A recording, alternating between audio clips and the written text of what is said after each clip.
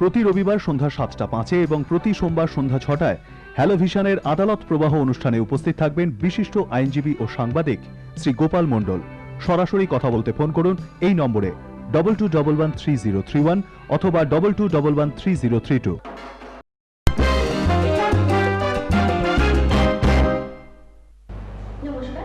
নমস্কার, এ 7 দিনে স্বাগত। এক নজরে এসআই দুর্বল ও পিছিয়ে থাকা শ্রেণীর আসন সংরক্ষণের কথা বললেন প্রধানমন্ত্রী। অন্যান্য মেট্রো শহরের তুলনায় নারী ঘটিত অপরাধ কলকাতায় কম। স্বশাসন পেল প্রেসিডেন্সি কলেজ। রাজ্যের বিভিন্ন জেলায় বন্যা পরিস্থিতি অপরিবর্তিত। দাগ কাটল না ব্রাইড অ্যান্ড প্রেজুডিস। ইউজিসি যোগ্যতামান বাড়িয়ে দেওয়ায় রাজ্যের কলেজগুলিতে অধ্যক্ষের অভাব। বন্য প্রাণী সংরক্ষণ আইন আরও কঠোর হচ্ছে। চর্মনগরী প্রকল্পের কাজে ক্ষোভ প্রকাশ করলেন মুখ্যমন্ত্রী। এখন ছোট্ট একটা বিরতি। বিরতির পর ঘটনাবহুল 7 দিন। দেখতে থাকুন এসআই।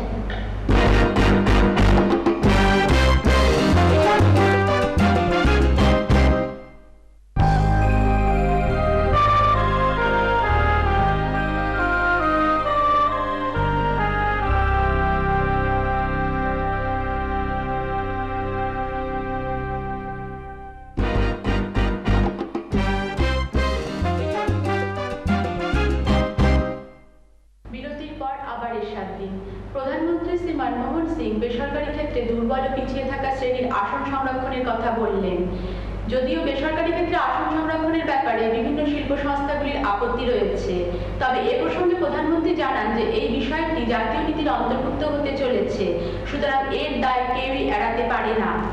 তিনি আরো বলেন, বিভিন্ন সংস্থাগুলির সাথে কথা বলার জন্য দায়িত্ব বর্তেছে কৃষিমন্ত্রী শ্রী শরদ পাওয়ারের ওপর। বিশ্ববাজারে অপরিশোধিত তেলের দাম বাড়লেও সাধারণ ক্রেতাদের সাথে পেট্রোল ডিজেলের দাম বাড়ানো হবে না, জানান পেট্রোলিয়াম মন্ত্রী মণিশঙ্কর আয়ার। বিদেশ মন্ত্রকের অনুমতি ছাড়া কেন্দ্রীয় মন্ত্রিসভার কোনো সদস্য বিদেশ সফরে যেতে পারবেন না বা কোনো বিদেশি কূটনীতিকের সাথে কোনো রকম যোগাযোগ করতে পারবেন না বলে কড়া নির্দেশ দিলেন বিদেশ মন্ত্রী শ্রী নটবর সিং। স্বরাষ্ট্র মন্ত্রকের অধীনস্থ ন্যাশনাল ক্রাইম রেকর্ড ব্যুরোর রিপোর্টে দেখা গেছে, অন্যান্য মেট্রো শহরের তুলনায় নারী ঘটিত অপরাধের ঘটনা কলকাতা অত্যন্ত নগণ্য।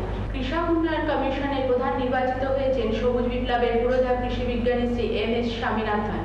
2রা অক্টোবর গ্রামে 100 দিনের কর্মসংস্থান চালু করার ইচ্ছে ছিল কেন্দ্রের, কিন্তু এখন তা দেরি হবে, কারণ কৃষিমন্ত্রী শ্রী শরদ পাওয়ার এখন চাষের মাঠ ছেড়ে খেলার মাঠে ব্যস্ত হয়ে পড়ায় মন্ত্রিসভার সর্বশেষ বৈঠকে উপস্থিত থাকতে পারেননি। কাশ্মীরে জঙ্গিহানা বাড়ানো ও দিল্লিতে বড়সড় নাশকতা ঘটানোর জন্য গাজিয়াবাদে সমস্ত শেল ও মর্টার চালান করেছে বৈদেশিক শক্তি। চর্মনগরী প্রকল্পের কাজে প্রকাশ করে মুখ্যমন্ত্রী শ্রী বুদ্ধদেব ভট্টাচার্য জগমোহন ডালমিয়াকে পরোক্ষভাবে দুষলেও শিল্পমন্ত্রী শ্রী নিরুপম সেন বললেন, কাজ শীঘ্রই শেষ হয়ে যাবে। বন্যপ্রাণী সংরক্ষণ আইনে আরও কঠোর শাস্তির জন্য নতুন আইন প্রণয়ন করা হবে। এজন্য উত্তর ও দক্ষিণবঙ্গে দুটি বিশেষ আদালত তৈরি করা হচ্ছে। হাইকোর্টের বিচারপতি শ্রী অমিতাভ লালা এক রায়ে জানালেন যে বন্ধের দিনে কোনো বাস মালিক বাস চালাবেন কি না তা সম্পূর্ণভাবে নির্ভর করবে তার নিজের ওপর, কোনো ইউনিয়ন তা ঠিক করে দেবে না। প্রেসিডেন্সি কলেজ স্নাতকোত্তর শিক্ষা ব্যবস্থায় 9টি বিষয়ের উপর অটোনমাস হিসেবে স্বীকৃতি পেল, যদিও স্নাতক পর্যায় পর্যন্ত শিক্ষা ব্যবস্থা কলকাতা বিশ্ববিদ্যালয়ের অধীনস্থই থাকবে। ইউজিসি যোগ্যতামান বাড়িয়ে দেওয়ায় রাজ্যের কলেজগুলিতে অধ্যক্ষের অভাব অনুভূত হচ্ছে। আবেদনকারীর PhD সহ ন্যূনতম 50% নম্বর পেতে হবে যোগ্যতা নির্ণায়ক পরীক্ষায়। তবে এই ধরনের যোগ্যতা সম্পন্ন মানুষের অভাব না থাকলেও পূর্ববর্তী কয়েক বছরের কিছু জটিলতার জন্য সংশ্লিষ্ট শিক্ষকেরা অধ্যক্ষ পদে আসতে চাইছেন না। গত সপ্তাহের প্রবল বর্ষণে কলকাতা সহ সমগ্র পশ্চিমবঙ্গ জলমগ্ন হয়ে পড়ে। থই থই জল কলকাতার রাজপথে। আমার ছুটে চলল নৌকা। উল্টোডাঙ্গা ও তৎসংলগ্ন অঞ্চলে জলের মাত্রা মানুষ প্রমাণ। এমন কোনো জায়গা খুঁজে পাওয়া যায়নি যাকে কলকাতা শহর না বলে অন্তত কলকাতা দ্বীপ বলা যেতে পারে। রাজ্যের বিভিন্ন জেলায় প্রবল বৃষ্টিতে বানভাসী হয়েছে হাজার হাজার মানুষ। প্রচুর পরিমাণে ক্ষয়ক্ষতি হয়েছে চাষের, বিশেষ করে সবজি চাষের ক্ষতির পরিমাণ অবর্ণনীয়। মুর্শিদাবাদ, বনগাঁ, কাঁদি, কাটোয়ায় বহু মানুষ ডায়রিয়ায় ভুগছে। ত্রাণমন্ত্রীর নির্দেশ সত্ত্বেও 24 ঘন্টার মধ্যে কোনো ত্রাণ গিয়ে পৌঁছয়নি। তবে মুখ্যমন্ত্রী শ্রী বুদ্ধদেব ভট্টাচার্য আশা প্রকাশ করে বলেন, রাজ্যে ক্ষয়ক্ষতি হওয়া সত্ত্বেও রবি ও আমন ধানের চাষ ভালোই হবে। ব্রাইড অ্যান্ড প্রেজুডিস হলিউডের নায়ক মার্টিন হেন্ডারসনের নায়িকা প্রাক্তন মিস ওয়ার্ল্ড ও বলিউডের ব্যস্ত নায়িকা ঐশ্বর্য রায়। তবে আশ্চর্যের বিষয়, এত বড় একটা ঘটনা নিয়ে সমালোচকদের কোনো মাথা ব্যথাই নেই।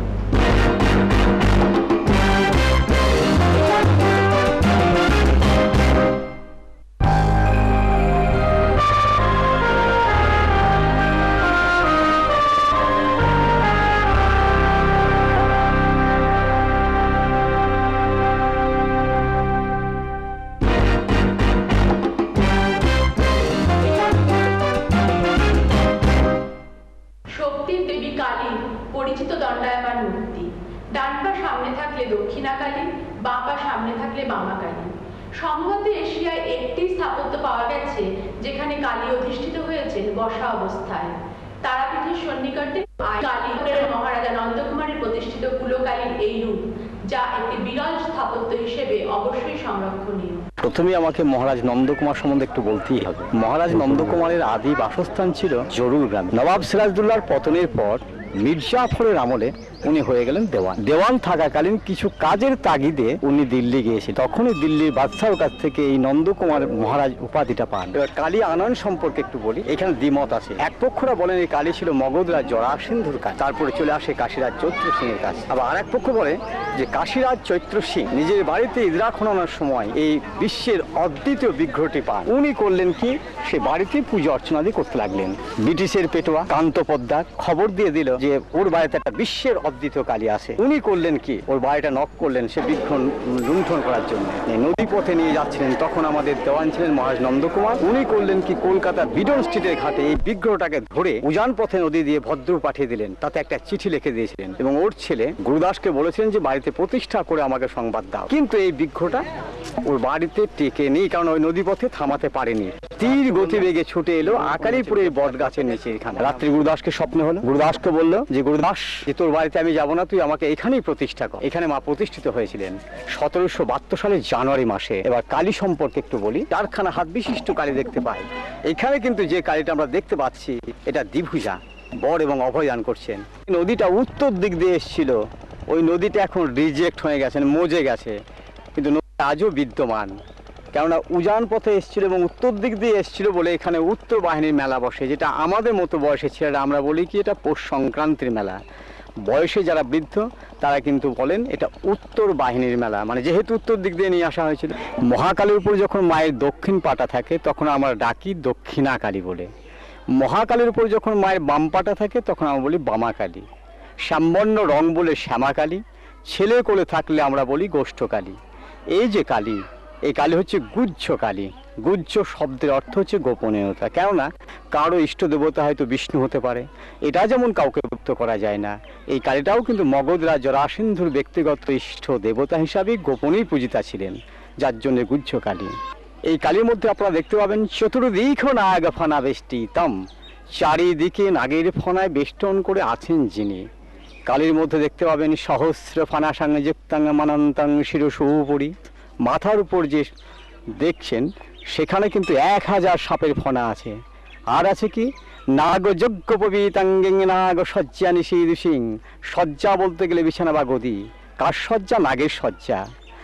আর নাগ যজ্ঞ পবিতাঙ্গিং, যজ্ঞ পবিত বলতে গেলে এই পৈতে হলুদ রঙে যে দাগটা দেখে আসছেন ওটা কিন্তু মায়ের সাপেরই পৈতে। আর কি পাবেন, কোমর একটা ঊর্ধ্বগামী সাপ। তার মানে কি, এই যে কুলকুণ্ডলিনী, সেই কুলকুণ্ডলিনীটা জাগ্রত হয়ে আস্তে আস্তে সহসা শিষ্যাদল পদ্মে গিয়ে লীন হয়ে যাচ্ছেন। গিয়ে কি বলছেন, সো অহম, সেই আমি যেন বিশ্ব ব্রহ্মাণ্ডকে ধারণ করে আছি। ধ্বংসের পর যে স্থিতি রূপ, সেই রূপটা নিয়ে মা বসে আছেন। ঠান্ডা পানীয় বোতলে ছিপিয়ে তৈরি হচ্ছে গোটা পুজো মণ্ডপটি। সেরা পুজো মণ্ডপের প্রতিযোগিতা দৌড়ে এগিয়ে থাকতে এই অভিনব মণ্ডপটি তৈরি করছে কসবার Khudiram Yubak Sangha. Pepsi, Coca Cola, Fanta, Thums Up এর ছিপি দিয়েই গড়ে উঠেছে মণ্ডপের কাঠামো। দর্শকদের কাছে আকর্ষণীয় করে তুলতেই এই অভিনব পরিকল্পনা। এই পরিকল্পনা যখন আমাদের কসবার চারিদিকে থিমের প্যান্ডেল চলছে, তখন আমরা এবছর আমার মার্চ মাস থেকে আমি চিন্তা ভাবনা করলাম যে কোল্ড ড্রিঙ্কসের ছিপির ওপর এখনও পর্যন্ত কোথাও প্যান্ডেল হয়নি। তো কোল্ড ড্রিঙ্কসের ছিপি ফেলে দেওয়া হয়, ইউজ হয় না, সেটাকে যদি আমি প্যান্ডেলে এবছর থিমের ওপর রেখে করতে পারি এবং সেই কোল্ড ড্রিঙ্কসের ছিপি যা মানুষ ব্যবহার করে ফেলে দেওয়া জিনিস থেকে যে কিছু হতে পারে, কোনো জিনিসই যে ফেলে দেওয়ার না, সেটা মানুষের কাছে আমি তুলে ধরতে চলেছি। কলকাতার বেলুড় মঠের একটি অংশের আদলে তৈরি হবে এই মণ্ডপ। ঠান্ডা পানীয় ছিপি দিয়েই তৈরি করা হচ্ছে এর বিভিন্ন অংশ। মেদিনীপুরের 32 জন কারিগর দিনরাত এই কাজ চালিয়ে যাচ্ছেন। নানান কোম্পানির ছিপি দিয়ে কাজ করছি কোল্ড ড্রিঙ্কসে। আগে তো আইসক্রিম চামচের কাজ করেছি, নানান রকমের থিমের কাজ করেছি। মেদিনীপুর কাঁথি থিমটা খুবই সুন্দর, আর এই কাজ মানুষের খুব ভালো লাগবে। 22 লাখ কোল্ড ড্রিঙ্কসের ছিপি নিয়ে এই পুজো মণ্ডপটি তৈরি হচ্ছে কসবার ক্ষুদিরাম যুবক সঙ্গে। এই পুজো মণ্ডপটি আকর্ষণীয় হয়ে উঠবে বলে আশাবাদী পুজো উদ্যোক্তারা। ক্যামেরাম্যান সঞ্জীব দাসের সাথে সুপ্রতিম বিশ্বাস, নাভা পরিবার, কলকাতা। রাজনীতি থেকে দূরে থাকতে চাইছে বর্তমান প্রজন্মের ছাত্রছাত্রীরা, কিন্তু দেশের স্বার্থে আজকের যুবক যুবতীদের রাজনীতিতে অংশগ্রহণ করা উচিত বলে মনে করেন বুদ্ধিজীবী মহল। এই নিয়ে এক আলোচনা সভা অনুষ্ঠিত হলো কলকাতা বিশ্ববিদ্যালয়ে। রাজনীতি ও আজকের যুবক যুবতীদের অংশগ্রহণ, এই নিয়ে এক আলোচনা সভার আয়োজন করেছিলেন কলকাতা বিশ্ববিদ্যালয়ের জার্নালিজম এবং মাস কমিউনিকেশন বিভাগ। 27 ও 28 সেপ্টেম্বর দুদিন ব্যাপী এই সেমিনারে যোগদান করেন কলকাতার 25টি কলেজের ছাত্রছাত্রী। উপস্থিত ছিলেন বিভিন্ন গণমাধ্যমের বিশিষ্ট ব্যক্তিবর্গরা। অর্থনীতি, সমাজনীতি সবকিছু জেনেই আমাদের ভোটে সঠিক রাজনীতিতে আদৌ কতটা আগ্রহী এই বর্তমান প্রজন্মের ছাত্রছাত্রীরা? রাজনীতি অংশগ্রহণ করতে একদমই রাজি নয়, রাজনীতি থেকে দূরে থাকতে চাই। এখন স্টুডেন্ট লাইফ অন্তত রাজনীতি করাটা উচিত হবে না। আগ্রহী ইন আ সেন্স, রাজনীতি না সম্বন্ধে জ্ঞান থাকলেই তো মানে রাজনীতি করা যায় না, ঠিক আছে? একটু জ্ঞান রাখুক। আর আমি আগ্রহী, অফকোর্স আমি আগ্রহী, কারণ আমি তো মাস কমিউনিকেশন করছি, আমি চাইবো কমিউনিকেট করা। ইউথরা এসছে বলেই অনেক চেঞ্জেস এসছে। আজকে যে এতটা পরিবর্তন, যদি আগেকার নিয়ম অনুযায়ী ধারাবাহিকতার মধ্যে চলে ধারার মধ্যে চলে যেত, তাহলে এই চেঞ্জেসগুলো আসতো না। আজকে ইউথরা উঠেছে, বুঝেছে কোনটা ঠিক ভুল, তারপর তারা ডিসাইড করতে পেরেছে কোন রাস্তায় যাবে। তাই জন্য তাদের চিন্তাধারা, তাদের ডিসিশনকে এত ইম্পর্টেন্স দেওয়া হয়। রাজনীতিতে আসলে রাজনীতির প্রতি আমি বেশি আগ্রহী, সেই জন্যই আমি এই লাইনে এসেছি, জার্নালিজম অ্যান্ড মাস কমিউনিকেশন নিয়ে পড়াশোনা। আসলে সত্যি যদি আমরা দেখি তাহলে দেখবো এখন বেশিরভাগ ছেলেমেয়ে রাজনীতি করে কলেজে কিংবা ইউনিভার্সিটিতে নিজেদের পার্সেন্টেজ ঠিক রাখার জন্য। অনেক ছেলেমেয়েই রাজনীতি করেন, কিন্তু তারা রাজনীতিটা আসলে যে কি সেটাও তারা বোঝেন না, আর রাজনীতির যে প্রকৃত উদ্দেশ্য সেটাও তাদের নেই। অবশ্যই ছাত্রদের ভূমিকা থাকা উচিত অনেকটাই। যদি খুব সত্যি কথা বলি, যদি স্টেজের ওপরে থাকতাম তাহলে বলতাম হ্যাঁ আমি আসতে চাই, কিন্তু এখন আমি স্টেজের নিচে আছি বলে বলছি আসতে চাই না, কারণ রাজনীতির যে নোংরা খেলা আমরা দেখছি, আমি কখনোই তাতে নিজেকে জড়াতে চাই না। ছাত্রছাত্রীদের রাজনৈতিক বিমুখতার পেছনে আজকের নোংরা রাজনীতি অনেকটাই দায়ী বলে মনে করেন বুদ্ধিজীবী মহল। তবে ছাত্র রাজনীতিতে নতুন নতুন ছেলেমেয়েরা আরও বেশি করে আসছে বলে দাবি ছাত্র নেতাদের। আজ আমাদের সেমিনারের বিষয়বস্তু হচ্ছে involvement of youth in political decision making. আমরা যেটা বলতে চাইছি যে আজকে শহীদ ভগৎ সিংয়ের 98তম জন্মবার্ষিকী, এবং এখনকার দিনের প্রজন্মকে দেখা যাচ্ছে যে তারা একটু রাজনীতি বিমুখ হয়ে পড়ছে, তারা অনেক বেশি ক্যারিয়ার ওরিয়েন্টেড হয়ে পড়ছে। তা আমাদের বক্তব্য হচ্ছে ছাত্রছাত্রীরা নিশ্চয়ই ক্যারিয়ার ওরিয়েন্টেড হোক, নিশ্চয়ই তারা ক্যারিয়ারে উন্নতি করুক, কিন্তু নিজের দেশকে যেন ভালোবাসে, জন্মভূমিকে ও মাতৃভূমিকে যেন ভালোবাসে এবং জন্মভূমির জন্য যেন কিছু করে। তারা চাকরি পেয়ে আমেরিকা, অস্ট্রেলিয়া, নিউজিল্যান্ডে চলে যাচ্ছে, কিন্তু নিজের দেশের কথা ভাবছে না। আসলে সেই মূল্যবোধ, সেই সচেতনবোধটা তুলে মানে আরও উদ্দীপিত করতে, যাতে তারা দেশের জন্য কিছু করে, দেশের জন্য যেন তারা একটু ভাবে বা দেশকে যেন একটু ভালোবাসে।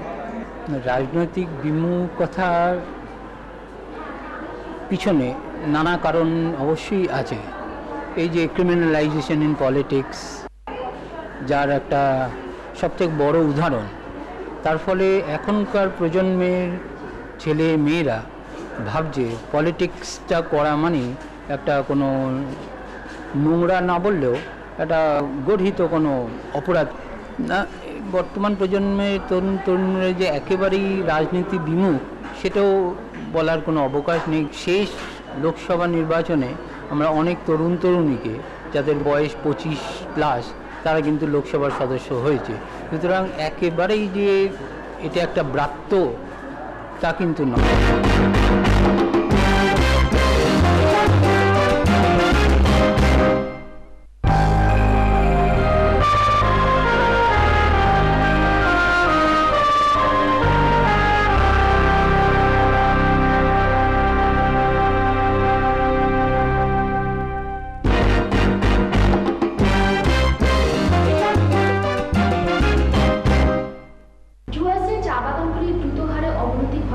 বহু আদিবাসী শ্রমিক অর্ধাহারে ও অনাহারে দিন কাটাচ্ছে। চা পাতার মূল্য হ্রাস ও উৎপাদন ব্যয়ের দিকেই এর মূল কারণ হিসেবে ধরা হচ্ছে। এই সপ্তাহে 3 দিন 2 দিন কাজ হয়, তার মধ্যে এই 3 দিন কাজে কি আর এই সপ্তাহে চলে না। মোটামুটি ধরেন 60-70 জনের মতো মারা গেছে না খাই চুইঠা ওরাও। খাদ্যের অভাবে বা চিকিৎসার অভাবে বেশ কিছু ছেলেপেলে আগেও মারা গেছে, এই রিপোর্ট আছে। বেশ কিছু ছেলেপেলে এই বাগানে মারা গেছে। এখন এই যে আসন্ন দুর্গাপূজা, সব দিকেই শুনি যে আনন্দ ফুর্তি, সরকার থেকে অনেক জায়গায় টাকা পয়সা দিবে বলেছে, কিন্তু আজকে এই যে আমাদের বাগান যে বন্ধ অবস্থায় আছে, এই যে আজকে একটা দুর্গাপূজা যে এখানে হবে, একটা শ্রমিক যে সপ্তাহে পয়সা উপার্জন করছে, সেই পয়সা দিয়ে তার চাল ডাল কেনারই ক্ষমতা নাই। তারপর সে চিকিৎসা করবে কি দিয়ে, তারপর সে একটা ছেলে মেয়ের হাতে একটা জামা কাপড় যে কিনে দিবে, তার কোনো সংস্থা নেই। বর্তমান যা পরিস্থিতি, ওষুধপত্র একটা দরকার হলে সেরকম ডাক্তার কবিরাজ দেখাতে হলে তাকে বাইরে যাওয়ার মতন তার ক্ষমতা নাই, যে পয়সা সে বর্তমান বাগানে পাচ্ছে। মানে অভাবনাটার মধ্যে আমরা পড়ে আছি। এখন কেন খোলার কোনো দেখতেছি না সরকার যে বাগান ঠাগান খুলবে বা কিছু। এই অবস্থায় আমরা নাম হচ্ছে সোমনাথ চক্রবর্তী, আমি এখানে হচ্ছে একজন স্টাফ। কষ্টে বা দুঃখে ওরা দিন যাপন করতেছে। এখন পুজো কাছে, এখন ওর বাবা মা নিশ্চয়ই চাইছে ওর ছেলে মেয়েকে দেখতে বা কাছে রাখতে। নিত্যামত ছাড়ি এখানকার অনেকেরা এই গ্রাম ছেড়ে বা এই বাগান ছেড়ে অনেকটা চলে গেছে। সেখানে যে গিয়ে তারা কি কাজ করছে সেই রিপোর্টটা আমরা আদৌ পাই না। মেয়েদের যে রিস্ক যারা যাইতেছে, তারা নিজের মাথায় রিস্ক নিয়ে যাইতেছে অবশ্য, তবে তারাও কিন্তু অভাবের ঠেলায় যাইতেছে। আমার নাম বলিরাম ভক্তা। সাপই যাদের রোজগারের একমাত্র পথ, সেই বাজিগর প্রজাতির 150 মানুষের কোনো নির্দিষ্ট আয় নেই। তাছাড়া সাপও কমছে দ্রুত হারে। অন্যদিকে বন বিভাগের কর্তারাও বাদ সাধছে তাদের এই কাজে।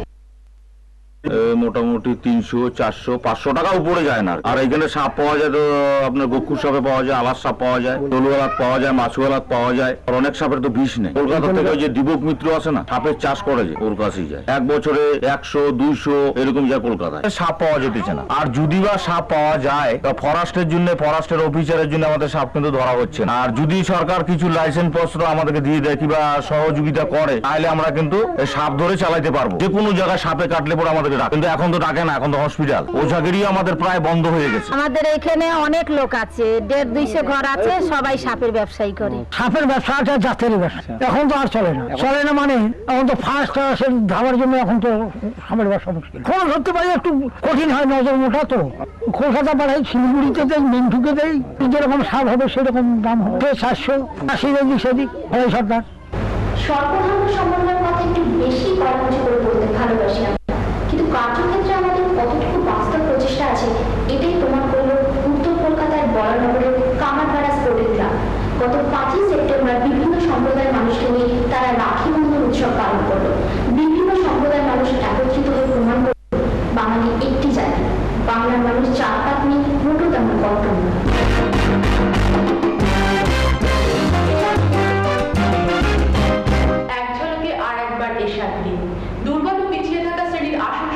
কথা বললেন প্রধানমন্ত্রী শ্রী মনমোহন সিং। অন্যান্য মেট্রো শহরের তুলনায় নারী ঘটিত অপরাধ কলকাতায় স্বশাসন পেল প্রেসিডেন্সি কলেজ। রাজ্যের বিভিন্ন জেলায় বন্যা পরিস্থিতি অপরিবর্তিত। দাগ কাটলো না প্রাইড অ্যান্ড প্রেজুডিস। ইউজিসি যোগ্যতা মান বাড়িয়ে দেওয়ায় রাজ্যের কলেজগুলিতে অধ্যক্ষের অভাব। জন্মনগরী প্রকল্পের কাজে ক্ষোভ প্রকাশ করলেন মুখ্যমন্ত্রী। বন্যপ্রাণী সংরক্ষণ আইন আরো কঠোর হচ্ছে। এই 7 দিন আবার 7 দিন পর। দেখতে থাকুন এই 7 দিন প্রতি সোমবার রাত 8টা 55 মিনিটে চ্যানেল ভিশনে। শুভরাত্রি। শুভরাত্রি।